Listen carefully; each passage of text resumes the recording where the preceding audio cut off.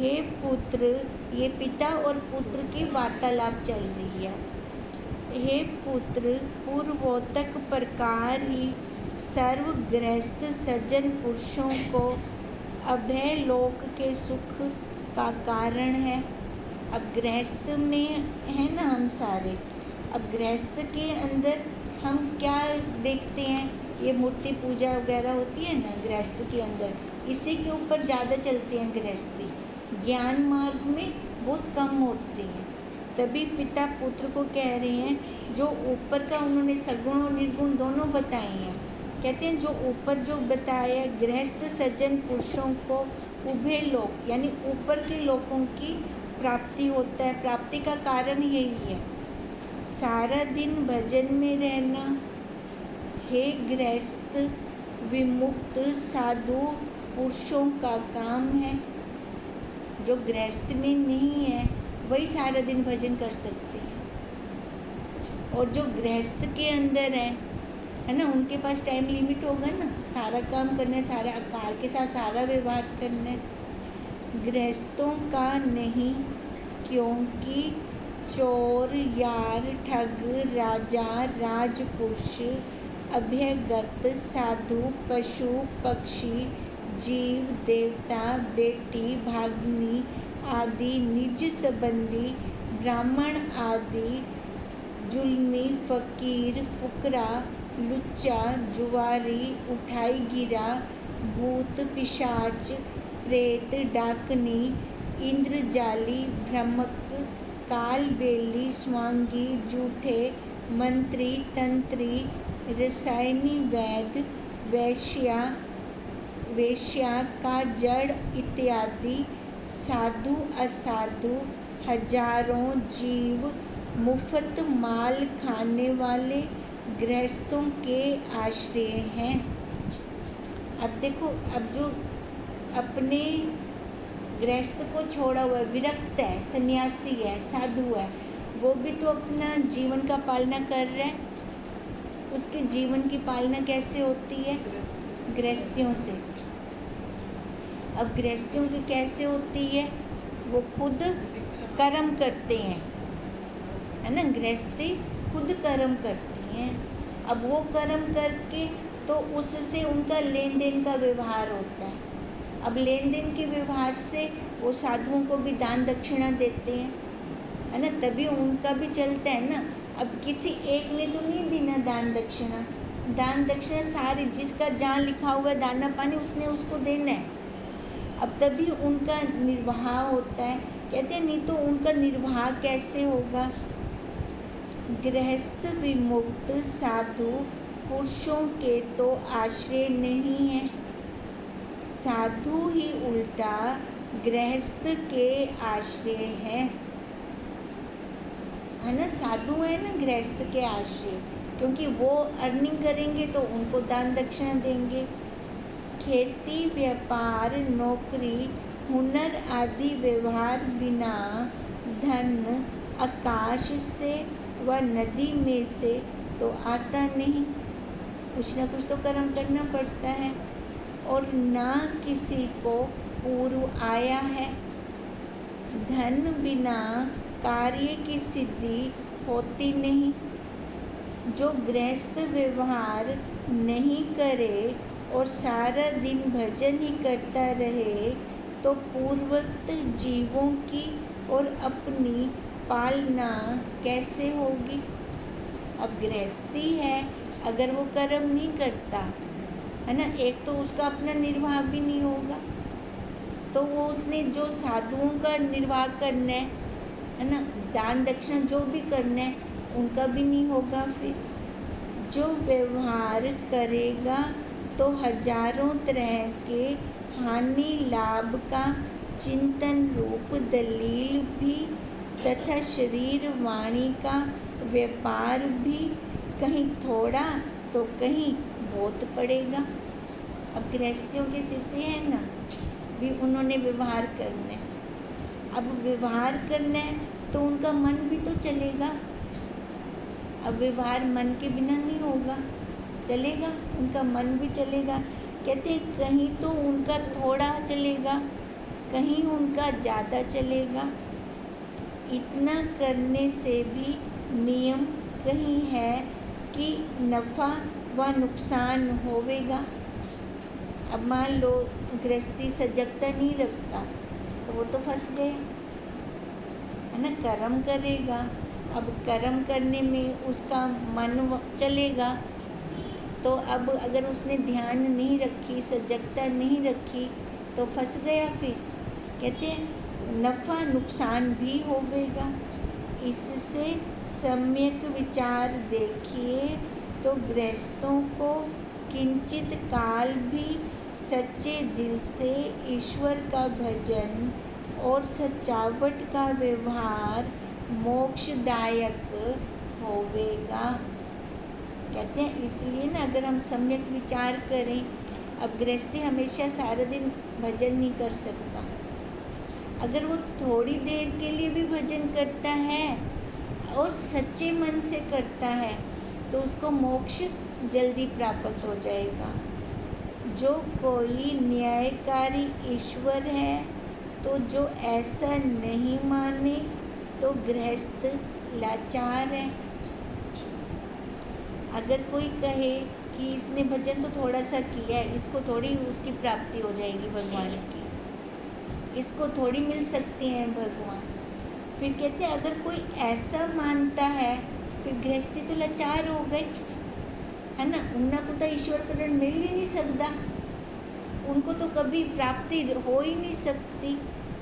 कोई परलोक तथा इस लोक के भय दूर करने का उपाय है ही नहीं। अब जिसने ऐसा मान लिया, अब उसका फिर ना यो लोग सुधर से ना वो लोग सुधर से, वो तो इस लोक में भी गया, फिर से उसका 84 का चक्कर शुरू हो गया। क्योंकि संघात के धर्म थोड़ा व बहुत, काम क्रोध आदि तथा दर्शन स्पर्श आदि संघात में होवेगा। जैसे हम कहते हैं ना, भी पानी है तो लहर है, अग्नि है तो धुआं है ना। वो अपनी वो तपन भी देती है अग्नि। अब ये गुण तो साथ में रहेंगे। अब अगर संघात है, शरीर है, तो क्रोध काम, काम क्रोध ये भी साथ में चलेंगे। अब ये अलग से छूट तो नहीं सकते, क्योंकि इनका ही शरीर यह भी ईश्वर संकेत है। अब जो ये शरीर बनाया है किसी मनुष्य ने तो नहीं बनाया, है ना, है परमात्मा की देन। ये पानी की एक बूंद से ये इतना बड़ा शरीर कैसे बन जाता है। पहले वो छोटा बच्चा आया बाहर, पर कैसे आया पानी की बूंद से? कोई बना के दिखाए जादूगर पानी की बूंद से वो ऐसा। तभी हम कहते हैं भी ये ईश्वर की देन है ये शरीर। शब्द आदि ग्रह विषय सर्वत्र हाजिर हजूर हैं। अब देखो शब्द स्पर्श रूप रस गंध, ये शरीर है तो ये विषय हैं, ये ग्रहण करने योग्य हैं, स्वतः ग्रहण होते हैं। हम ना चाहें ना, अब आप बैठे हो, आप ना चाहो कि ये शब्द आपके कानों में जाएं, पर बैठे हो तो जाएंगे, स्वतः जाएंगे शब्द। ये कहते हैं ये हाजिर हजूर हैं। तथा श्रोत्र इंद्रिय भी सब तीन विषय के ग्राहक सर्वत्र मौजूद होने से दोनों का संबंध अनिवार्य है। अब आप बैठे हो और आवाज़ आ रही है तो ये एक संबंध बन गया शब्द का और कान का। इसका निवारण नहीं कर सकता कोई। अगर आप बैठे हो तो शब्द आएगा आपके कानों में, भले मन उसको अंदर ना ले जाए, है ना। शरीर से भले बैठे हैं, मन से नहीं बैठे हैं, पर शब्द तो आएगा। ये संबंध कोई तोड़ नहीं सकता। यह भी ईश्वर का ही संकेत है। अब ईश्वर ने अगर इसको इंद्रियां लगाई हैं, इंद्रियों के धर्म दिए हैं, है ना, तो उसका कुछ तो कारण होगा। क्यों दिया है ईश्वर ने, क्यों इंद्रियां लगाई, क्यों धर्म दिए, और ये स्वतः आप ही ग्रहण कर रही हैं, आंख रूप आप ही देख रही है ना, नाक गंध को आप ही ले लेता है, कहना नहीं पड़ता हमें। अब इसका क्या कहते हैं, ये भी तो ईश्वर का संकेत है। इसका क्या मतलब है, ईश्वर ने अगर ये शरीर बनाया है तो किसी कारण से बनाया।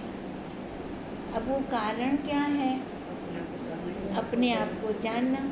अब उसने आंखें लगा दी, उनमें पावर दे दी, पीछे से बैठा खुद सत्ता दे रहा है, तो वो ये चाह रहा है अच्छे दर्शन करो, संतों के, महापुरुषों के अच्छे शास्त्र लो। पर हमने क्या किया, हमने गड़बड़ कर दी, है ना। ऐसे कान उसने लगाए, स्वतः वो शब्द ले रहा है, सत्ता वो दे रहा है पीछे से, तो वो क्या कह रहा है, किस लिए मैंने दिए हैं कान शब्द, भी अच्छे अच्छे महावाक्य लो, जिससे आप अपना कल्याण कर सकें। इसलिए उसने इंद्रियां दी, ये शरीर दिया। अब शरीर देने का मतलब क्या है, वो चाहता है कि ये अब छूट जाए। छूटने का मेन रास्ता क्या है, शरीर है ना, मनुष्य शरीर है, और किसी शरीर में नहीं छूट सकता। मनुष्य शरीर का मतलब है हमारी फाइल लग गई, अब उसके ऊपर काम हमारा है। हमारी फाइल परमात्मा ने लगा दी है, अब काम हमने करना है। अब अगर मैं खुद काम करूँगी उसके ऊपर, अब मेरा काम क्या है, अपने आप को जानना, अपना पुरुषार्थ करना, ये मेरा काम है, अपना पुरुषार्थ करना। संसार वाला पुरुषार्थ मेरा अपना नहीं है, वो आकार का व्यवहार है। अब मैं अपने लिए जब पुरुषार्थ करूँगी तब मेरी फाइल वहाँ सेलेक्ट हो जाएगी। अब सेलेक्ट हो जाएगी। अब अच्छा, यहाँ पे ये भी नहीं है कि लिमिट है किसी चीज़ की, अपने प्रोफाइल पे पुरुषार्थ करके जमा करवा दो। अब जिसकी जिसकी प्रोफाइल जमा होती जाएगी वो छूटता जाएगा, सिलेक्ट होती जाएगी उसकी प्रोफाइल। लिमिट नहीं है, पर कोई प्रोफाइल ही नहीं सिलेक्ट करवाता अपनी। अब कोई प्रोफाइल सिलेक्ट करवाएगा तभी जाके मुक्त होगा ना, सिलेक्शन तभी होगी ना उसकी, ऐसे तो नहीं होगी। तभी कहा कि यह भी ईश्वर का संकेत है, भाई तो अब मुक्त हो जा। अब शरीर दिया है तो समझ जा भी तू योग्य है इसके, तभी तेरे को मनुष्य शरीर दिया है। इससे श्रोत आदि इंद्रिय की सब विषय में धर्म पूरक प्रवृत्ति देनी, यही पुरुषार्थ रूप तप गृहस्थ को मोक्षदायक होगा। अब एक इंद्रिय का उदाहरण लिया, श्रोत्र इंद्रिय का, कहते हैं धर्म पूर्व उसने स्वतः दे दिया, इसका धर्म साथ में लगा दिया, सुनना है ना। श्रोत्र इंद्रिय का धर्म क्या है, सुनना, शब्द को ग्रहण करना। अब कहते हैं उसने तो अपना धर्म साथ में दे दिया। अब गृहस्थी का तप क्या है, इसके साथ जुड़ना नहीं है। हाँ, गृहस्थी का तप ये है जो इसको सुनना चाहिए वो सुने, फालतू का ना सुने, ये गृहस्थी का तप है। अब जैसे जैसे उम्र बढ़ती जाती है, इंद्रियों की पावर कम होती जाती है, कई बार सुनाई भी नहीं देता। अच्छा, जो रच्चे बच्चे होंगे संसार में, उनको तो अंदर से तिलमिलाहट होती है, भी उन्हें क्या आखे, उन्हें क्या आखे, है ना, उनको सुनने की जिज्ञासा होती है। और जो अपने आप में आ रहे हैं, जिज्ञासु हैं, साधक हैं, उनको अच्छा लगता है, भी नहीं समझ आया तो अच्छी बात है, छूट गए हम बच गए, है ना। उनको ये लगता है, अब सामने वाला चाहे आप शब्द भी बोल रहा हो ना, उनको पता ही नहीं चलेगा ना, इसका मन भी इतना चल रहा होता है ना, उसको फिर भी नहीं सुनाई देता, सामने वाला बोल जाएगा, वो भी नहीं पता चलता उसको। हाँ बिल्कुल, उसका भी नहीं पता चलता। पर इसमें देखो, भगवान जी हमें जैसे जैसे उम्र बढ़ती है ना, ये हमारे लिए बेनिफिट है, बेनिफिट है ना। अगर सामने वाला कुछ उलट सुलट बोल भी रहा है ना, हमें सुनाई नहीं दे रहा, तो हमारे लिए तो अच्छा हो गया ना। ये मन अंदर से हमारा कुछ उगलेगा नहीं, जो ना बोलते हुए भी बोल रहा होता है अंदर से। अब तब भी कहा कि ये धर्म पूर्वक प्रवृत्ति उसने दी। अब गृहस्थी अपना पुरुषार्थ करे, गृहस्थी अपना पुरुषार्थ करेगा तब उसको तब मोक्ष होगा। अब देखो, गृहस्थी को तब मोक्ष होगा, ये मतलब पुरुषार्थ करेगा तब मोक्ष होगा। अगर वैसे हम देखें तो मोक्ष हम पहले से ही हैं, है ना, मुक्त हम पहले से ही हैं। अन्यथा कोई प्रकार तप बन सकता नहीं। गृहस्थी के लिए या कोई तप कहनी, गृहस्थी के लिए तप इतना है जितनी उसको इंद्रियां दी हैं उन सब का धर्म पूर्वक निर्वाह करे, यही सबसे बड़ा तप है। आसानी भी तो है, कोई मुश्किल तक है नहीं ना गृहस्थी कितने। अब फिर भी गृहस्थी छूटता नहीं है। अगर धर्म पूर्वक वो चले ना तो जो जंगलों में बैठे हैं ना साधु, उनसे जल्दी छूट जाए। क्योंकि जैसे जो काम, क्रोध, लोभ, मोह, अहंकार, झूठ, कपट आदि छल से ठगी, चोरी, यारी आदि करते हैं तथा इंद्रियों की सब विषय में प्रवृत्ति कायदे से बाहर अन्याय जुल्म से करते हैं, उनको कभी मोक्ष प्राप्त नहीं हो सकता, है ना। उन्होंने धर्मपूर्ण प्रवृत्ति ना की ना। तथा जो सब पर के प्राणों को पीड़ित करते हैं तिन्हीं को राजा दंड देता है। अब देखो, जो सब पर के प्राणों को पीड़ित करते हैं, या तो अपने आप को कष्ट देते हैं। अपने आप को कष्ट कैसे देते हैं? भूखमरी करके, तप किया, भूखमरी किया, अर्थ से तो किया नहीं, है ना। भूखमरी किया या फिर वो ठंडे पानी में जाके खड़े हो गए, है ना। जो ऐसा वाला तप करते हैं, कहते हैं सबको या पर के प्राणों को पीड़ा देते हैं, तिन्हीं को ही राजा दंड देता है। अब राजा कौन हुआ? अपना साक्षी, है ना। गवाही तो बैठा दे रहा है ना, भी तूने किसके साथ क्या गलत किया। ये भी प्रजा है पूरी शरीर की। अब इस प्रजा के साथ अगर हम गलत करें तो ओला दंडी वैसे ओला अन्य को नहीं देगा। यह नहीं कि राजा की स्तुति करने वाले जुल्मी को दंड ना होवे, ऐसा छूट तो नहीं सकते ना, जो उसकी चापलूसी कर दे कोई। किंतु जो कायदे बाहर जुल्म नहीं करे, स्तुति करे चाहे ना करे, राजा दंड उसको नहीं देगा। अब खाली अपने कायदे से चले धर्म पूर्वक। अब कायदा क्या है?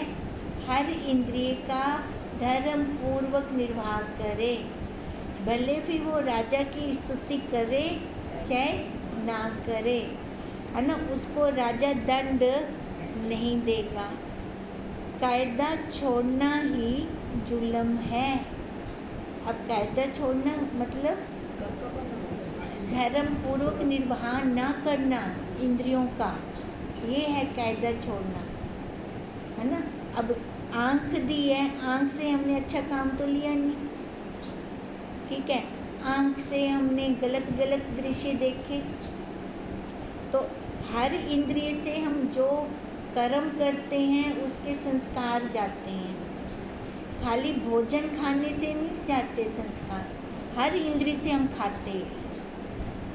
अब कहते हैं अगर जो कायदे से नहीं चलता, जुल्म उसको होगा, चाहे वो बैठ के तप करे चाहे ना करे। अब ये जो कायदे से चलना है ये तो चलते फिरते हैं उन्हें, है ना, चलते फिरते हैं उन्हें। अब इसमें कोई बैठने की ज़रूरत है नहीं। अब खाली हमने ध्यान रखना है, बस हमने ध्यान रखना है। अब ध्यान ये खुली आंख वाला है, बंद आंख वाला नहीं है। वह कायदा ना तोड़ना राजा की स्तुति है। राजा की खैर खवाई करेगा तो नेक नामी पूर्वक तिसका नतीजा आगे से अधिक सुख होगा। सरकारी टफन मेहनत की हुई निष्फल नहीं होगी, है ना। अब देखो, अगर वो सही चलता है, राजा की खैर खवाई का क्या मतलब है, राजा जैसे कहे वैसे चले, तो उसका सुख किसको होगा, है ना, खुद को ही तो होगा। अब वो साक्षी हमें क्या कहता है, हम कैसे चले, वो कहते हैं मैं बिना इंद्रिय ते हाँ, और तेको मैं इंद्रियां ला देते हूँ। अब तेको इंद्रियां लाते तो तू भी इमें कर्म कर बिना इंद्रियां दे।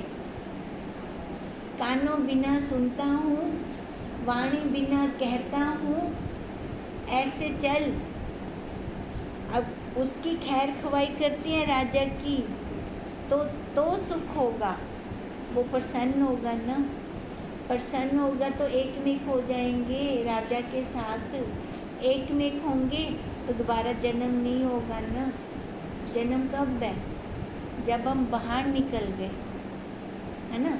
अब राजा की खैर खवाई ना की हमने, राजा जैसा चाह रहा है वैसा हमने नहीं किया, तो बाहर जाएंगे तो संस्कार लाएंगे, संस्कार लाएंगे तो कर्म बनेंगे, और वही अंतमति सोई गति। अंतमति में फिर वही चलेंगे। अंतमति में कर्म नहीं होगा कोई भी, उसमें क्या होगा, संस्कार, मन होगा बस, वो संस्कार चलेंगे। अब मन से भी तो कर्म है। अब मन जिसको ले रहा होगा अंतमति में पहुंचेगा जीव वहीं पर। फिर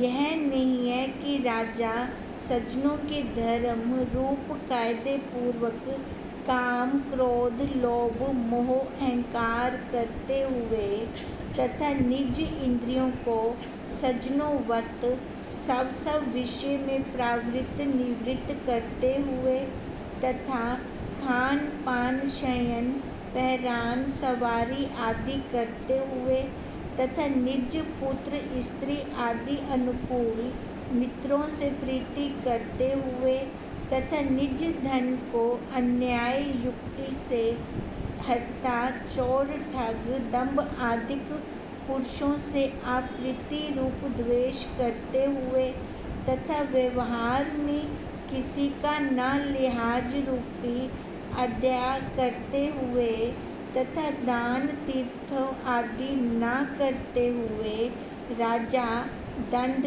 देवेगा। अब क्या कह रही हैं कि सज्जनों वत सब विषयों में प्रवृत्ति निवृत्ति करते हुए, जैसे सज्जन लोग प्रवृत्ति और निवृत्ति करते हैं सब अपने अपने विषय में, तथा खान पान शयन। अब सज्जन लोग जैसे प्रवृत्ति करते हैं सारा आकार के साथ व्यवहार करते हैं, है ना, खाने का भी है, पहनने का भी है ना, लेन देन भी है। अगर वो सज्जन पूर्व कर रही हैं और कुछ नहीं कर रहे, और कुछ नहीं कर रहे मतलब मंदिर नहीं जा रहे, कोई जाप नहीं कर रहे, और कहीं तीर्थ यात्रा पर नहीं जा रहे, और कुछ नहीं कर रहे, तथा पुत्र स्त्री के अनुकूल मित्रों सहित प्रीति भी कर रही हैं वो, है ना, पूरा गृहस्थ वाला व्यवहार भी कर रही हैं, तथा निज धन को अपनी न्यायपूर्वक युक्ति से कल्याण में लगा रही हैं, है ना, और चोर ठग आदि विषयों से अप्रीति, उनका मतलब जो संग है साधु संतों से है, चोरों से नहीं है, और ना ही किसी के साथ उनका द्वेष भाव है मन के अंदर, तथा व्यवहार में किसी का लिहाज ना करते हुए तथा दान तीर्थ आदि ना करते हुए राजा दंड देवेगा। मतलब जो भी उनका व्यवहार वो कर रहे हैं, है ना, बिना भेदभाव से कर रहे हैं। ये नहीं देख रहे कि ये बहुत अमीर है तो इसके साथ मेरे को बहुत अच्छा सा करना चाहिए, इसके पास खाने को रोटी नहीं है तो इसको तो मैं दुत्कार दूं। ऐसा लिहाज नहीं रखते वो किसी के साथ। और जहाँ उनको दान देना है वहाँ दे रही हैं, है ना, जहाँ उनको दान नहीं देना वहाँ नहीं दे रहे। अब नहीं दे रहे तो राजा उनको दंड नहीं देवेगा, है ना, राजा उनको दंड नहीं देवेगा। राजा क्या देख रहा है? हाँ, अपना व्यवहार कर रही हैं, है ना। अभी यही राजा देख रहा है बस। हमारा अंतर्यामी देवता यही देख रहा है। हर इंद्रिय के विषय के साथ ये न्यायपूर्वक है कि नहीं? अगर ये न्यायपूर्वक है हर इंद्रिय के विषय के साथ, है ना, भला आकार का व्यवहार जो जिसको जैसा करना पड़े करे, राजा दंड नहीं देगा। अब बाहर से तो लगे वो जुल्मी है, पर अंदर से वो न्यायपूर्वक है तो राजा उसको दंड नहीं देगा। किंतु यह पूर्वोतक सब में से करने वाले भी अन्यायी जुल्मी को ही दंड होता देखा है। ठीक है, जो जुल्मी है, जो अपने इंद्रियों के विषय के साथ न्यायपूर्वक नहीं चल रहा, अपने आप के साथ धर्मपूर्वक नहीं चल रहा, उसी को ही दंड देता देखा गया है। भले वो बाहर दान बहुत कर रहा है, मन के अंदर कपट है और वो दान कर रहा है, ऐसा लगेगा नहीं, उसी को ही दंड मिलेगा, अन्य को नहीं, क्योंकि राजा भी ईश्वर ही है। यही रीति परलोक में ईश्वर की होगी। अब देखो ईश्वर कौन है? हम खुद हैं, हम खुद साक्षी हैं। क्योंकि जब कहते हैं ना, लास्ट में बहुत बुजुर्गों से सुने भी वो रील चल होंगी है सारी। अब वो रील कौन चलेंदा है? जेड़े मन दे अंदर खुद दे संस्कार भरे हैं ना, वही रील तो निकली अपनी बाहर। अब आप वाला संस्कार ही वो जे भरो, क्योंकि पता है अंत में वही निकलने हैं बाहर। अब वैसे संस्कार भरेंगे तो खुशी से जाएंगे। वही चल रहा है ना। अब वो चित्रगुप्त तो ईश्वर है जो सारे संस्कार इकट्ठे किती वेंदा है। ईश्वर बाहर थोड़ी है, मैं ही ईश्वर। अब अगर यही मानने लग जाए कि मैं ईश्वर हूँ तो गलत काम होगा? नहीं होगा, गलत क्रिया नहीं होगी कोई भी। अच्छा, मैं ईश्वर किमें थी सकती हूँ? भला गलत क्रिया थी वैसे, हाँ, ला थी वैसे गलत क्रिया। पर जैंटम एक बारी मन गिदा ना कि मैं ईश्वर हाँ, ला कोई गलत क्रिया कहना थी इससे, ला मनन विच क्या हर्ज है? हमारा फायदा ही है, कल्याण ही है। हम अपना कल्याण खुद कर सकते हैं। मैं कहूँ मेरा कल्याण कोई और करेगा, पॉसिबल ही नहीं है। अपने कल्याण किते ता आप खुद ईमानदारी अपने नाल ही वरत गिनू, और से थोड़ी करनी है ईमानदारी, हमें अपने आप से करनी है। मानेगा जब उसको फीलिंग हुई होगी ना अंदर से, मैं वही वही मानेगा ना।